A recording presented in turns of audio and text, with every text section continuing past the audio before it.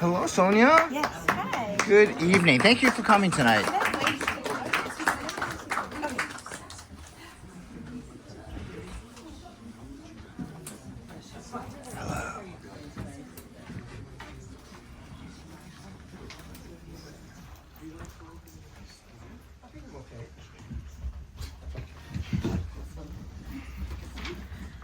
Good evening, everyone. My name is Lucy, and on behalf of Book Soup, I want to welcome you to today's event for Sonya Walger discussing her book Lion with Tosh Berman.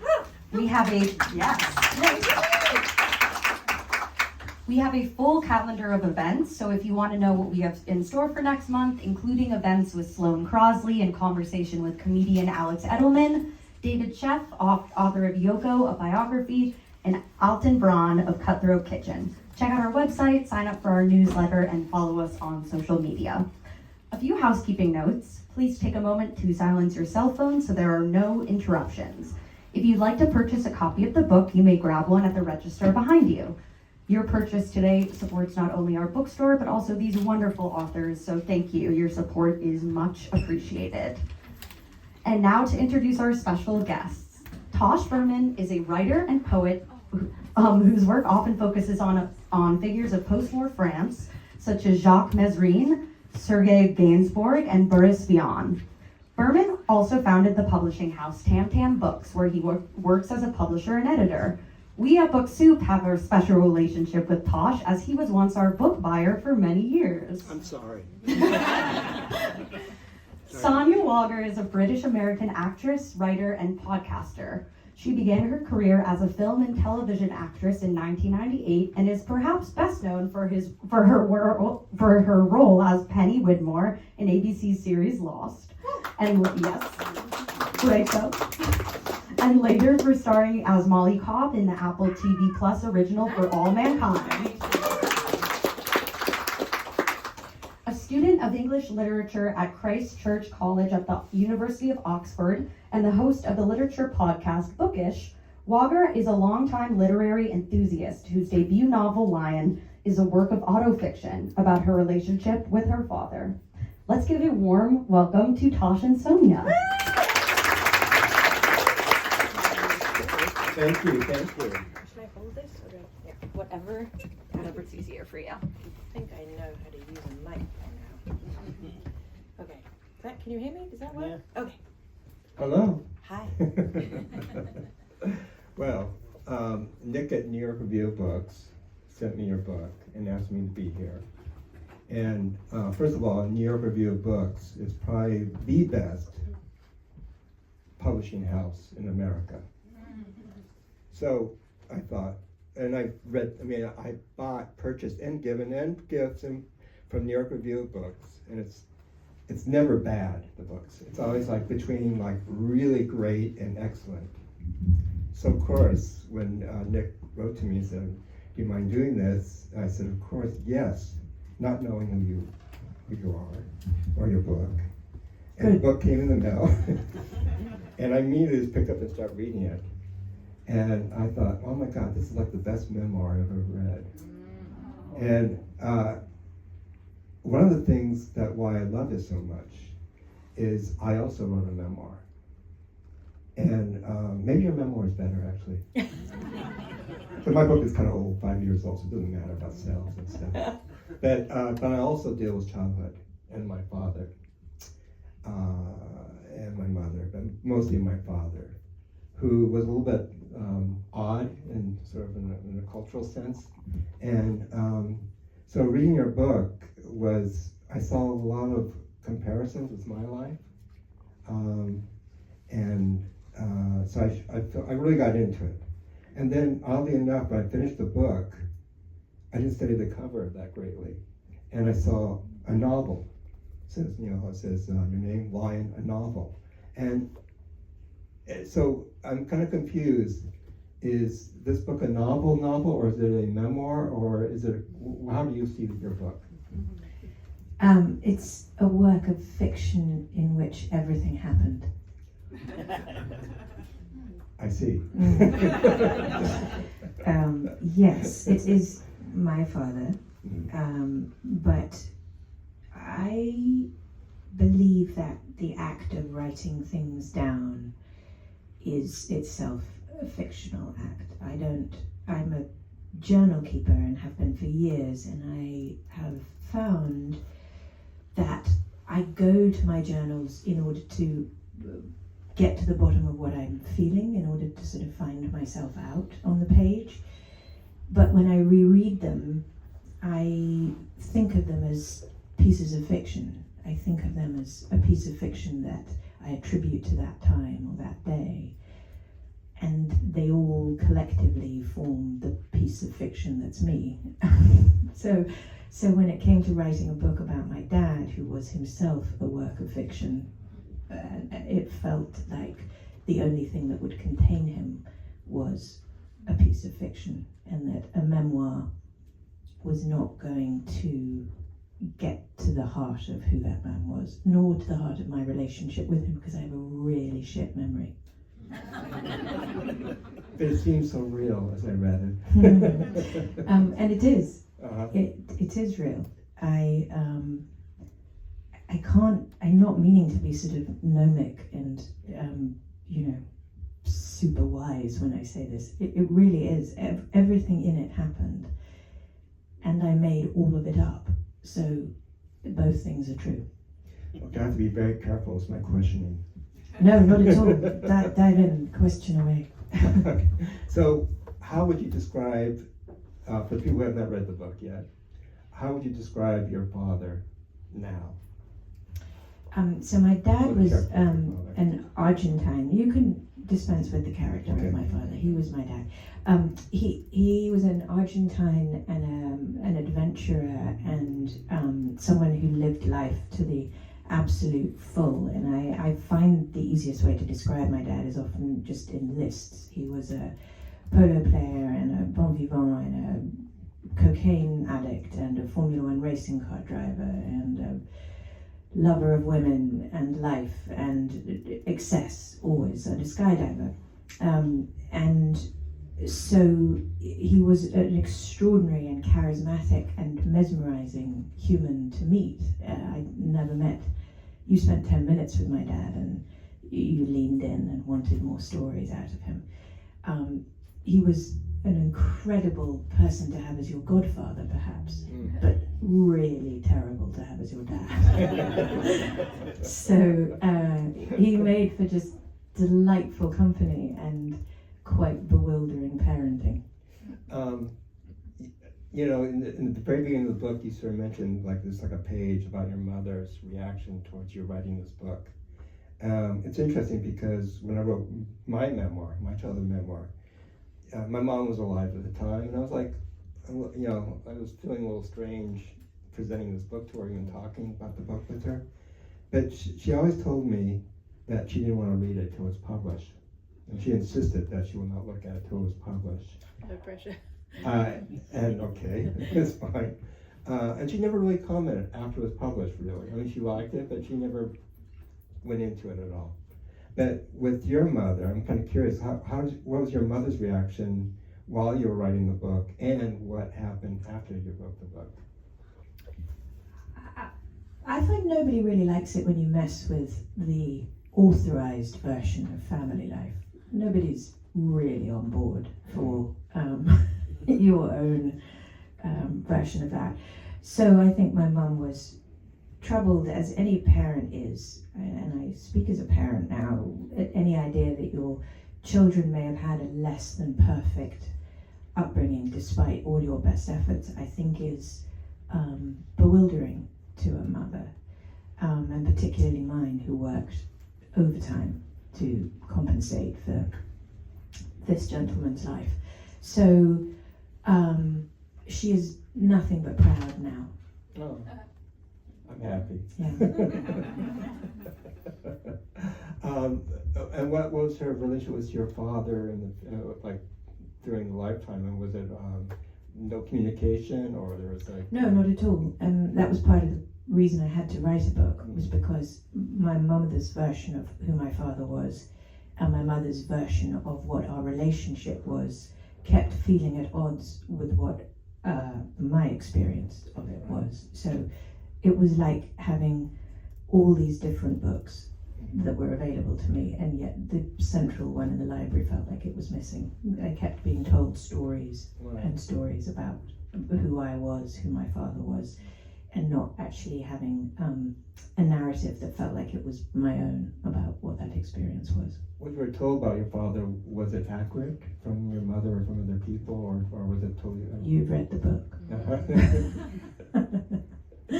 I was wondering, it's because, here, when your parent passes away and they're sort of a known person in their world, you do hear stories afterwards and sometimes during, but it's always sounds kind of strange or a little bit off, or it doesn't seem to be exactly the way you see your father and stuff like that. So I was wondering if you had a similar experience in that sense. I don't think I got posthumous information. I think this book has taken 50 years to write. I think it's taken 50 years to arrive at a sort of synthesized understanding of who he was in the world, who he was to me. When I started really pulling all the elements of this book together, I came to this question, and the question was very helpful as an organizing principle because I wrote the book in answer to it. And the question was, what does it mean to have been this man's daughter? And that question helped me work out what to include and what to leave out. And it helped me arrange myself and my narrative around it.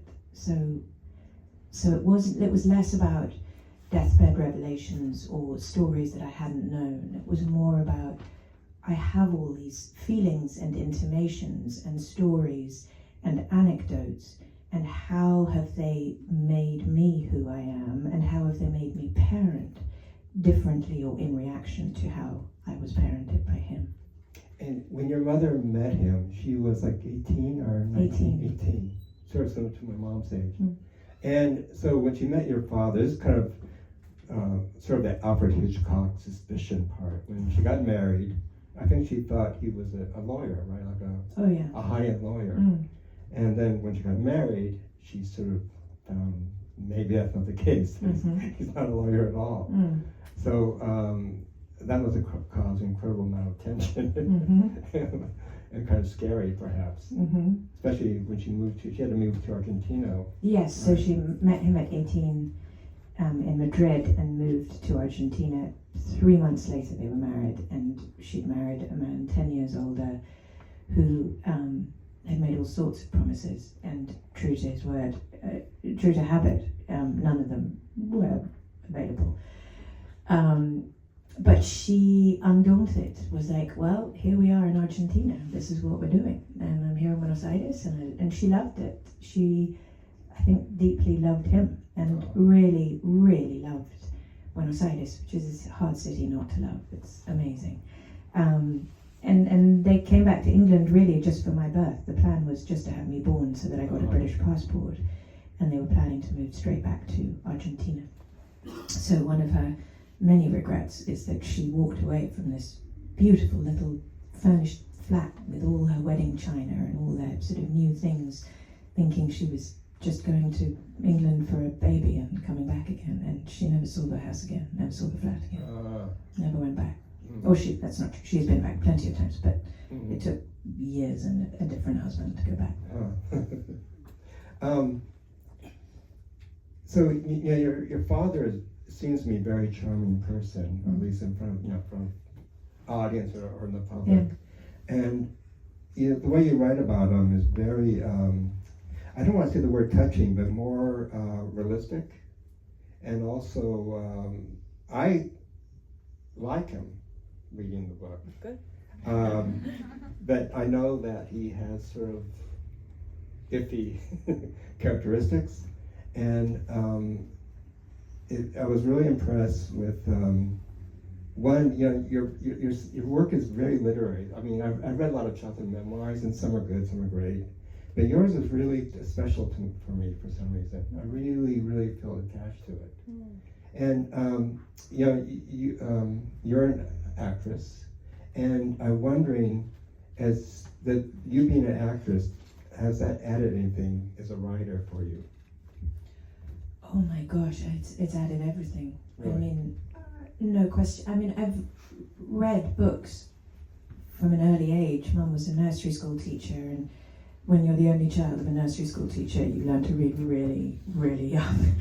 And I just never stopped. And I didn't have brothers and sisters, so I just read, and it's been the habit of a lifetime. I've never stopped. Anyone I've ever worked with will tell you I sit on set with a torch and a book. I'm just never without a book. So that literary part was a given, just in terms of having other books to draw on. The acting has just felt like this incredible bonus. I'm like, how does anyone write who hasn't been an actor? It just feels astonishing to me because I've spent 26 more years, 30,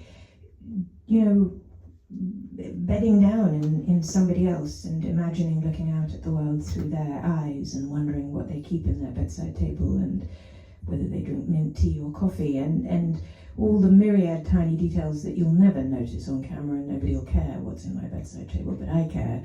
And it's felt increasingly as the years have gone by insufficient, just minute, to be working on this tiny little strip of wood, and I want to build the boat. I just don't want to be given this. I want to do all the parts. I want to do everybody's lines. This just hasn't been enough for a long time, and I think that's always why I've always written. I've always kept journals and written short stories. I've written pilots and screenplays. I started Bookish as an opportunity just to talk to people about books. I missed Oxford. I missed my tutorials. I missed the opportunity to be the nerd that I am, and so I built a podcast so that I could nerd out about books. And then had a sort of really interesting revelation talking to Douglas Stewart, the author of Shuggie Bain, which won the Booker Prize a few years ago. Beautiful, incredible book. And we were talking, and I'll never forget it. He was halfway through his answer, and I guess I was listening, but secretly all I was thinking was, I don't want to talk to another author about their book. I want someone to talk to me about mine. And it was just a really clarifying moment of, wow, I didn't know that. I didn't know that I wanted that. And then COVID hit, and we all had nothing but time. So I wrote a book. Your cover of the book is really Isn't it fascinating to me. Yeah, it is. Such a good cover. It actually deals with the narration of the book. So Yeah. what I'm trying to ask, I don't know who read the book out there, but I don't want to, because I feel there is. Yeah, let's not spoil it. I don't want She's to a spoil it. skydiver. Okay. Can I ask you what the cover means to you? Yeah, I tell you, That it's a book. great story, the cover. So NYRB, as Josh says, the greatest possible honour, really the honour of a lifetime to be published by them. And they're great about letting you help pick the cover or pick the cover. And they'd sent me several and none of them were right. And we kept going back and forth with me being like, it's not it. And I knew it. I knew I would know it in my bones. I knew my body would know it when I saw the cover. I wouldn't have to rationalize it. I wouldn't have to think about it. I would just know it. And they sent me this, and I said, oh, that's it. There's the cover. We did it. And so I wrote back saying, grab that, please. And they wrote back to me half an hour later saying, we're so sorry. We had no business sending you that cover. It's a vintage Sports Illustrated cover, and it's twice, if not 3 times, what we usually spend on a cover. So here are some other charming skydiver pictures that we found for you to look at. And they were like screen grabs from Facebook or something. I was like, no. And so I rang my beloved husband, who was here, and I said to him, it's my 50th, and I know you don't know what to get me. Would you give me my cover for my birthday? And he said, phew, I didn't know what to get you. And so I rang NYRB and I said, I'm sure it's really bad business practice, but I would like to buy my own cover, please. And they were great, and they said, then we'll go halves with you. And so this is my birthday present. It's a good present. Isn't it? Yeah. It doesn't get better. Because this cover is actually a big part of the book in a way. Yes, right? it is. And I don't want to expose it. It's No. not I do want I to know you expose want it. to. I really, I hear you. I've been saying, I'm sitting on my hands. I know. Can you read a little? I'd love excerpt? to, yeah. Right.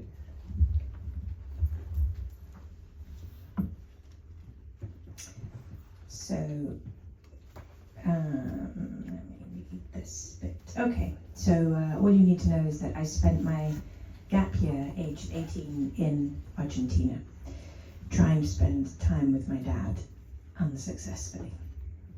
And I decide that I must go backpacking or do something because I'm spending no time with my dad. My grandmother finds me a companion to travel with. He is the son of a law colleague of hers. She delivers him like a bone in my lap. He and his father come to dinner. He is skinny and pale. He sips wine and nods whenever his father speaks. He is, however, willing to travel with me down to Patagonia. We leave a week later. He procures me a backpack that is really a canvas cage with straps. It is like carrying a camp bed on my spine, but I do not care because I am at last doing something, going somewhere. He is entirely wrong for this trip. He belongs at a chamber music group, not a bus stop. But I do not care because I at last am moving. I am leaving the city. I am doing what young people are supposed to do. We take the bus south. He is eager, a puppy. He has brought poetry to read to me on the interminable bus journey. He has facts to share about where we are going. He has a Walkman full of classical music he thinks I will like. Everything is wrong. We arrive and stretch and walk, and I find a campsite. I offer to help put up the tent, but he waves me off, reveling in his spindly chivalry. I try to light a fire to avoid watching him wrestle with the tent. The tent is up. He pulls out his bedroll, hesitates. Shall I sleep out here? He asks. I tell him there is no need. We can share the tent. I won't try anything, I promise. He looks crushed. I go in search of water and befriend a group of Australians and feel at home for the first time in months. I laugh and split a beer with them. Adopt me, I want to cry. Let me travel with you for the rest of my life.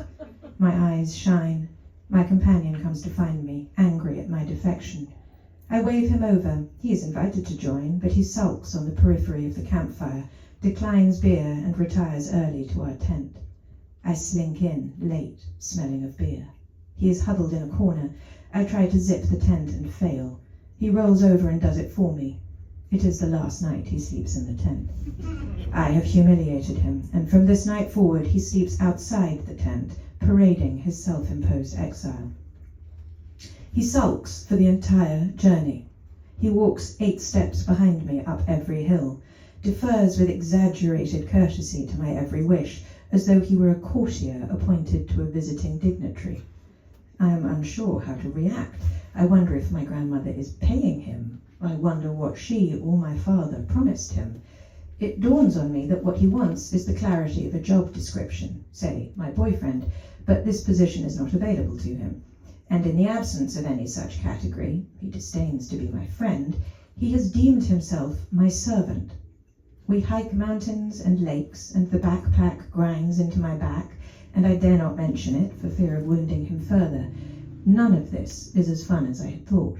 It is not fun to gather kindling by a lake with a moody attendant, less fun still to pitch a tent with a silent martyr and sit beneath the stars with a spurned lover who stares moonily into the flames and scrapes his untouched plate into the undergrowth. This, I think, is not how this was supposed to go. We come home after a week. We ride in silence the 15 hours back to the city. He grimly passes me biscuits, water. I hand back the backpack, and he shakes my hand gravely in farewell. I wonder if I should tip him.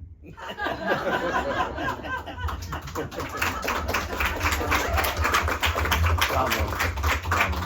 Are you still filming with me? No. You know, there's an interesting relationship if you as a child and teenager with adults.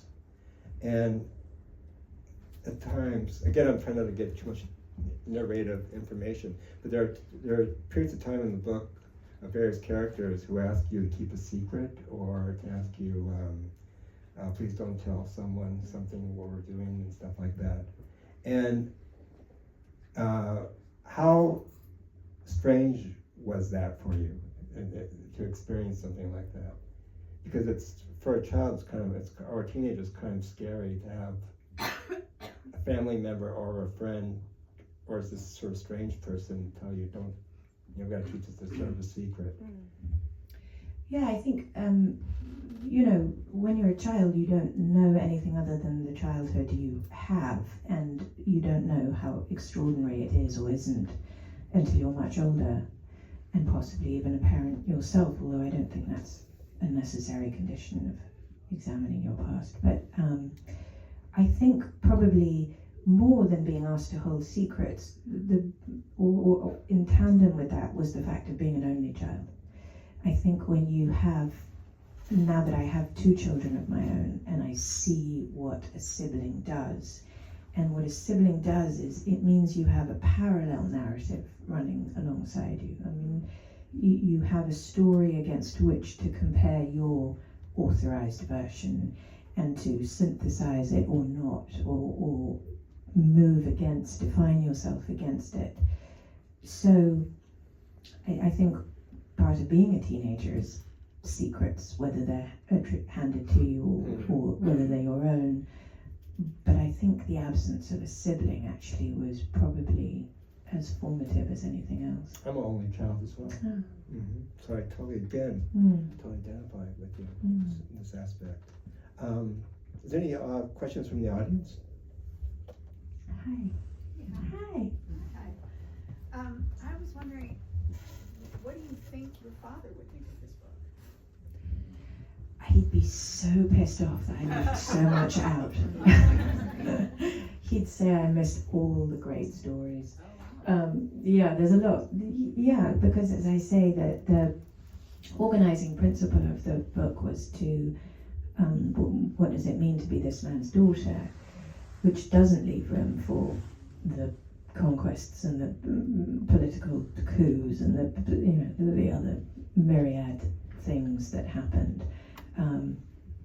So I think he'd be chuffed, he'd be proud, he would be thrilled, he'd be irritated he wasn't up here with me. And he'd be a little bit bummed that I didn't put some of the stories in. What's one story that now you wish you had added in, or would the second volume come out, now that you've mentioned there's so many stories that hasn't been written? No, everything that's in there should be in there. Yes.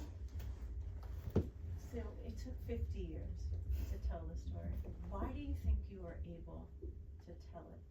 Do you attribute it to any event, any creative inspiration, or was there a block like that you got around? Like, He died. Yeah, I had to write it down.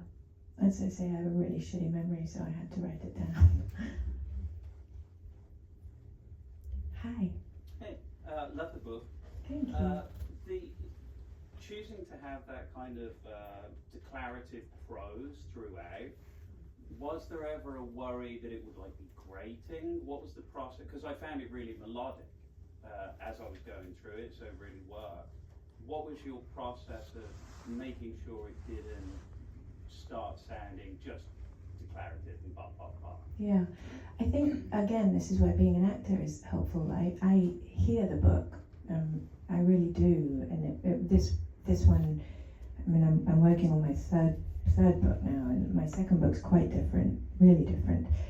But this one really felt, it's going to sound pretentious, but it felt like a poem when it really felt like every word must be exactly right, and each sentence must be calibrated, and you could hear it one of the really funnest things about doing this was doing the audiobook. I just loved it. I really did. It was the best performance I've ever given, hands down. Because it was that thing where you just not reaching for it, because I knew where each word landed. So I'm glad it didn't grate.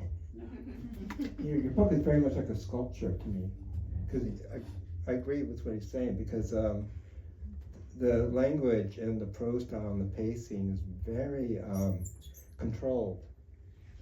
Not using the word in a negative sense at all, but it's a very precise language, and it sort of builds up in certain parts and then eases and builds up again. And you have like sort of visual motifs that comes up with the boat, which I'm not going to go into. But so that, and I caught that my second time my reading. It was actually, when I read it for the second time, I even enjoyed it more. Oh, thank you. I know I'm sounding such a fan type of thing. No, it's lovely. But I really appreciate the way you use your language in describing something that was so profound and so personal. And yet, I think a lot of people don't identify with the book because everyone has a parent or a lack of a parent, and I think they're going to identify with your take on that, which I did, quite heavily. And again, in New York Review of Books, and never wrong. I just want to state also that this is actually, reading the second time, this book would be excellent for a book group, because it's very textured. It's not just a story, but the way you're writing and the little bits of information that comes out. And that's one of the reasons why I was a little bit nervous interviewing you, not because of you, but also not to expose too much out of the book. In a way, it's sort of a Patricia Highsmith thriller in a way, but not violent. But the characterizations in the book is really, really strong. Oh, thank you. So it's really High great. praise. Thank you. Any other questions? Yes. Hi. Hi. I thought you did a phenomenal job answering these questions. I wanted to ask you, how did you choose what stories to put in and what stories to leave out? I think, like I say, I like writing in answer to a question because I find it really clarifying. And then it just immediately eliminates, oh, should this be in or not? Is this interesting or not? Because lots of things can be interesting, but do they belong?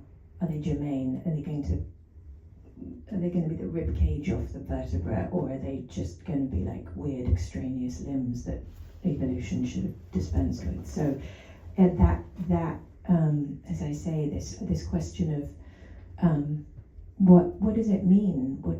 How has being this man's daughter made me who I am? That was the question, and so that just helped me eliminate or add what needed to go in. Thank you so much. Thank you. Sorry, I have another one. Yeah.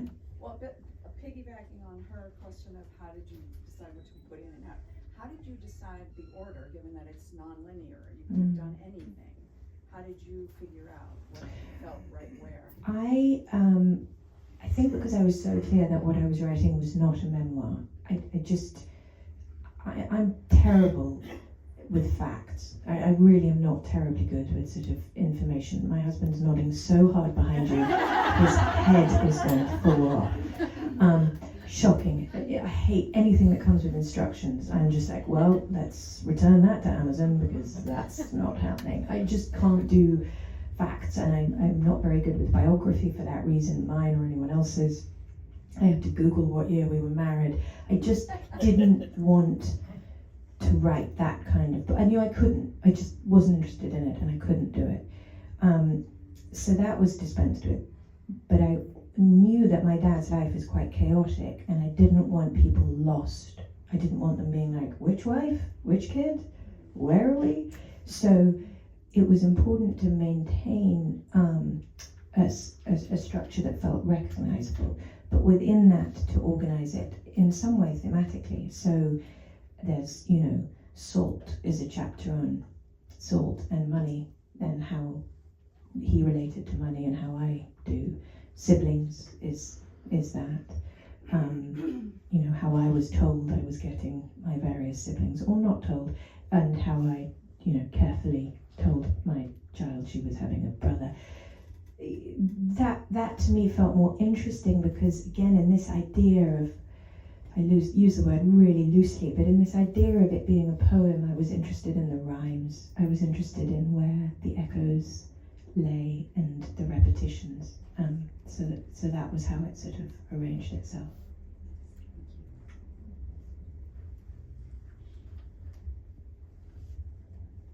Okay. Thank you. Thank you all so much for coming. Can I just say one quick thing, because this is just, I've told you guys, but this is such an amazing full circle moment, because when I first moved to LA, I came with a job, so I had that, which was huge, but I lived on Holloway Drive, and I had no friends, zero, none. If I wasn't on set, I had nothing to do and nowhere to go. And so I would walk up Holloway Drive and go to Dialogue and buy myself an orange juice, because that's what you do in California. And I would bring it in here, and I would spend 2-3 hours sort of trying to make friends with people and buying books I didn't need. I mean, who needs, but, you know, buying endless books. I went home with such a suitcase of books after that trip. But to walk into Book Soup tonight, from having parked on Holloway Drive, carrying my book, I just had to share that. If I could, it was very, very special. So thanks for having me for all those years. Thank you so much, Tosh and Sonya. Give it up for them one more time. That was amazing. So we're now going to proceed with the book signing at the information desk over there. If you haven't bought a copy of the book yet, we do ask that you grab one at the register behind you. If you do already have a book, I ask that you maybe sit down for 30 seconds so you can wait for us to make our way over there, so we don't feel rushed or anything. But yeah, thank you all so much for coming. We'll see you in a second. Amazing. That was amazing. That was so wonderful. Oh, thank you guys. Here. I will have one for you. Yeah. I wrote so many pieces on Stop.